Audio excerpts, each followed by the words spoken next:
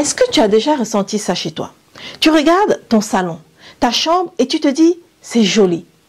Mais ça ne dégage rien. Pas d'ambiance, pas d'émotion, pas ce truc qui fait que tu te sentes bien, fier, inspiré. Alors, tu as peut-être suivi des tendances Pinterest, tu as peut-être acheté de beaux meubles, tu as même aligné des coussins bien choisis, et malgré tous tes efforts, l'espace reste froid, plat, impersonnel. Et ça, c'est une douleur énorme, parce qu'on a l'impression d'avoir fait tous ces efforts pour rien. Dans cette vidéo, je vais t'expliquer pourquoi ta déco ne dégage rien et surtout comment changer ça. On va voir ensemble les secrets des décorateurs pour donner du caractère, de l'âme et de la cohérence émotionnelle à ton intérieur, même avec un budget limité. Alors, j'insiste, reste bien jusqu'au bout parce que je vais te montrer des exemples concrets avec des astuces que tu pourras appliquer dès ce soir chez toi. Je suis Carole Amoriche, architecte et décoratrice d'intérieur. Ici, tu es sur ma chaîne Secrets de décorateur. Si tu arrives pour la première fois, vas-y, abonne-toi. Mets un pouce pour m'encourager, mais aussi pour aider ma chaîne à se développer. Une fois que tu as mis le petit pouce, n'oublie pas de commenter tout au long de cette vidéo. Ça me donnera des idées. Et avant de partir, il y a ma waitlist, la liste d'attente pour devenir décorateur d'intérieur. Vas-y, inscris-toi si c'est ton rêve et surtout si tu veux pratiquer ce métier de manière très personnelle, identitaire et surtout réussir à en vivre. Donc vas-y, le lien est juste en dessous. Et pour finir, n'oublie pas de partager et tout de suite, rentrons dans le vif du sujet. Souvent, un intérieur paraît plat parce qu'il n'y a pas assez de variété dans les matières. Tout est lisse, uniforme, sans contraste. Regarde cette image. Le canapé est blanc. Mais il vit parce qu'autour, il y a du bois brut, du cuir camel, des lampes en fibre naturelle et des coussins en lin. Et toutes ces matières dialoguent entre elles. Le secret, c'est d'avoir au moins 3 matières qui se répondent. Une matière brute, par exemple le bois, la pierre, le lin froissé. Une matière douce, le coton, le velours ou la laine. Et enfin, une matière qui accroche la lumière, le verre, le laiton ou la céramique. Sans ça, ton espace devient vite une photo de catalogue sans âme, sans vie. Alors, si tu trouves que ta déco ne dégage rien, demande-toi par exemple, est-ce que je sens les textures autour de moi? Est-ce que je les sens?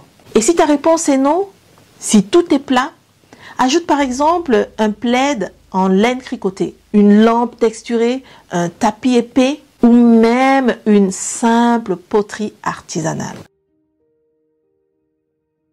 Deuxième clé, la lumière. Alors, la lumière, c'est ce qui change absolument tout.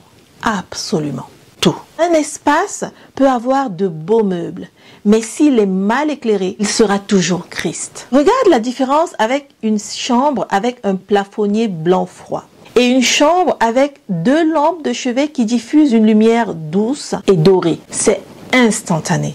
L'ambiance devient chaleureuse. Les décorateurs ne se contentent jamais d'une seule source de lumière.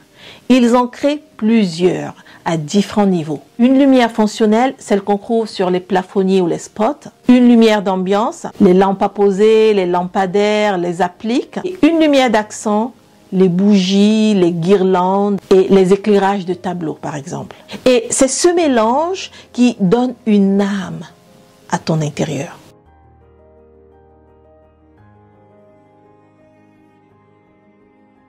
Petit conseil concret. Dans ton salon, choisis de placer une lampe dans un coin, même discrète. Une lampe discrète. Allume-la le soir. Tu verras que ton espace prend directement une dimension plus intime, plus vivante. Sans ça, ton intérieur reste plat. Tu peux avoir de belles pièces, mais si les couleurs n'ont pas de fil conducteur, eh bien, l'œil ne sait pas où se poser. Et c'est exactement ce qui donne une impression de brouillon ou d'espace sans énergie. Alors, la règle, ce n'est pas du tout de rester neutre à tout prix. Non, ce n'est pas ce que je suis en train de dire. Mais c'est d'avoir une palette maîtrisée, de maîtriser sa palette de couleurs. Regarde ici, les murs de la couverture se marient avec les murs blancs. Et le camel, terracotta des coussins réchauffe l'ensemble. Tout, absolument tout ici se répond. Voici un bon repère simple. Choisis une couleur dominante, souvent du neutre. Puis une couleur secondaire qui va réchauffer tout ceci et 1 à 2 couleurs accents qui vont dynamiser l'ensemble. Si tu respectes cette palette, ton espace dégagera tout de suite de la cohérence et de la personnalité. Alors, un espace peut être beau, mais vide de sens. Pourquoi? Eh bien, tout simplement parce qu'il n'y a rien pour raconter une histoire. Aucun objet qui raconte une histoire. Aucune mise en scène qui raconte une histoire. Et ça, c'est ce que j'ai l'habitude de répéter.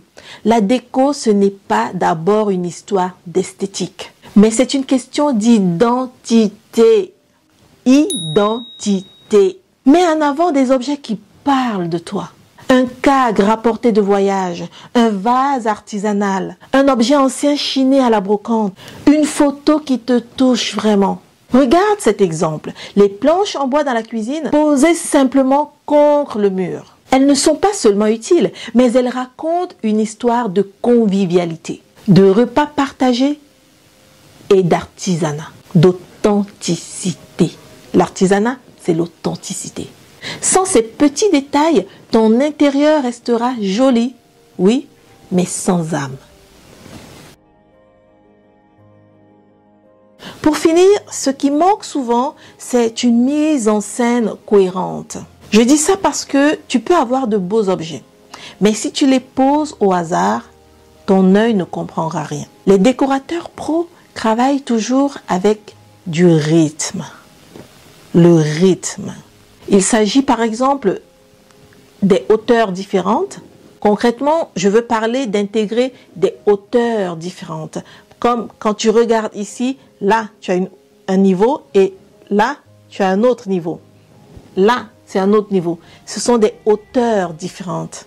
Mais il travaille aussi avec la répétition des formes arrondies. Là, tu as une forme arrondie. Là, tu as une forme arrondie. Là aussi, tu as une forme arrondie. C'est important. Et enfin, il travaille avec des regroupements par croix ou 5. Normalement, au-dessus, si tu as déjà vu dans ma boutique, et si tu vois là, je ne sais pas si on voit la 3e suspension, mais il y en a croix. J'en ai mis croix au même endroit. J'ai regroupé croix, suspension. Ça peut être 3, ça peut être 5. En tout cas, ça fonctionne bien par nombre impair. C'est ce que tu dois retenir. Maintenant, regarde ce mur. Tu as la croix-panier alignée à côté d'un grand tableau graphique. Et ça crée une respiration, un équilibre visuel. C'est exactement comme en musique. Si tu n'as pas de rythme, tu n'as pas d'émotion. Le rythme engendre l'émotion. C'est la raison pour laquelle, si je viens d'Afrique et que je n'ai pas la culture des Balkans par rapport à un certain style de musique, ça ne fera pas appel à mes émotions nobles. Je ne ressentirai rien, en tout cas rien d'agréable, rien qui me parle. Tandis que si tu es des Balkans et que tu entends une musique avec laquelle tu as grandi, eh bien, les rythmes que tu entends, c'est ça qui crée l'émotion, qui te rappelle à tes émotions. Si tu n'as pas de rythme, tu n'as pas d'émotion. Et en déco, c'est pareil. Alors, tu vois, si ta déco ne dégage rien, ce n'est pas une fatalité. Non. C'est juste qu'il te manque quelques clés, comme jouer avec les matières, travailler la lumière, penser à une palette de couleurs cohérente, intégrer des objets qui racontent une histoire et créer un vrai rythme visuel. Quand tu appliques ça, ton intérieur cesse d'être juste joli. Il commence à vibrer. Il raconte des émotions. Et surtout, il commence à te ressembler. Si tu veux aller plus loin, j'ai créé un programme complet où je t'apprends à construire une déco qui raconte ton histoire et pas celle d'Instagram.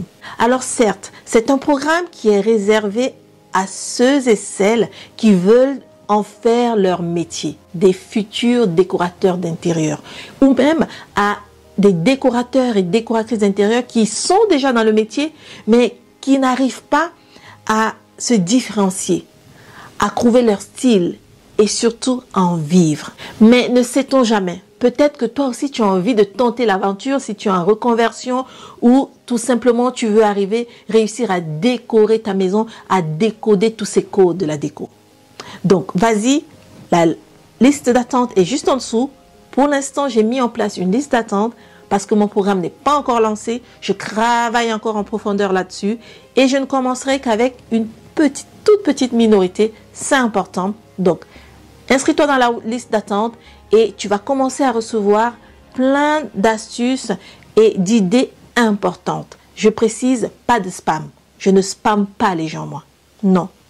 Je suis là pour aider, pour inspirer. Donc voilà, inscris-toi et tu seras prévenu le moment venu. Ta maison mérite de dégager quelque chose. Elle mérite d'être vivante comme toi. J'ai aimé faire cette vidéo pour toi. Abonne-toi si tu ne l'as pas encore fait. J'espère qu'à ce stade, tu t'es déjà abonné. Commente. Laisse-moi des idées, des sujets, des demandes. Demande-moi même des conseils. Partage cette vidéo. Et moi, je te dis à très vite pour une prochaine vidéo. Ciao, ciao.